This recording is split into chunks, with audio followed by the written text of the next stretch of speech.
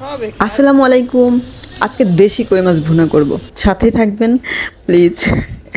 প্রথমে আমি মাছটাকে ম্যারিনেট করে নিয়েছি, আধা ঘন্টার মতো রেখে দিয়েছিলাম ম্যারিনেট করে, ধুয়ে পরিষ্কার করে। তারপরে হচ্ছে এটাকে আমি তেলে ভেজে নিব। এই যে আমি এক এক করে সব মাছগুলো দিয়ে দিয়েছি। আমি একটু ভালো করে ভেজে নিব, এটা আমি হালকা ভাজবো না, কারণ ভুনা করবো তো।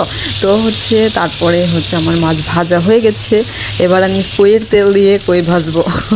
মানে আমার মাছ ভাজার তেলটা আমি পুরোটা দিয়ে দিয়েছি, আমার মনে হয় এটাতেই হয়ে যাবে। এরপরে আমি পেঁয়াজ দিয়ে দিয়েছি, এটাকে ভালো করে ভেজে নেব। এই যে উল্টে পাল্টে পেঁয়াজটাকে মোটামুটি সেদ্ধ করে দেন। আমি এখানে দিব আদা বাটা, রসুন বাটা, পেঁয়াজ বাটা এবং জিরা বাটা।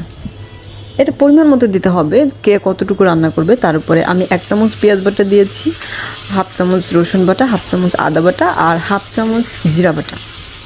এবার আমি এটাকে ভালো করে কষিয়ে নেব। আমার কষানো হয়ে গেছে, এবার আমি একটু পানি দিয়ে দিব, ঝোল। ঝোলটা দেওয়া হয়েছে, এবার আমি হচ্ছে গিয়া হলুদের গুঁড়া, মরিচের গুঁড়া, লবণ এটা দিয়ে দিব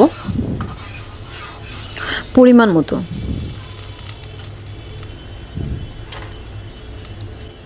এই যে আমার হলুদের গুঁড়া, মরিচের গুঁড়া, লবণ দেওয়া হয়ে গেছে। এবার আমি এটাকে ভালো করে নেড়ে চেড়ে আমি কষিয়ে নিব। আসলে মশলা যত ভালো কষানো হয় তরকারিটা খেতে ততটা ভালো লাগে। আমার রান্না সম্পূর্ণ নতুনদের জন্য, যারা নতুন শুরু করেছেন তাদের জন্য। আসলে এই যে আমার মশলা কষানো হয়ে গেছে, যারা রান্না পারেন তাদের জন্য না। এবার আমি এক এক করে মাছগুলো দিয়ে দেব।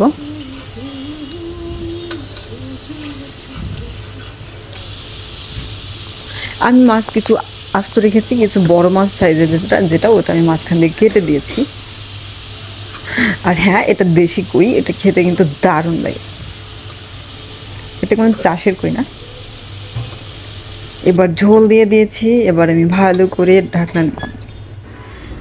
ঢাকনা দিয়ে কিছুক্ষণ জাল দেব। এবার আমি টমেটো দিয়ে দেবো। আমি এখানে একটা টমেটো দিয়েছি, বড় সাইজের একটা টমেটো কেটে দিয়েছি। ধনিয়া পাতাটা আসলে আমার ছিল না, আমার টবে লাগানো যে ধনিয়া পাতা, বিলাতি ধনিয়া, ওটা দিয়ে দিলাম। কাঁচামরিচ আর ধনিয়া পাতা দিয়ে একটু ভালো করে নেড়ে চেড়ে কিছুক্ষণ জাল দেবো।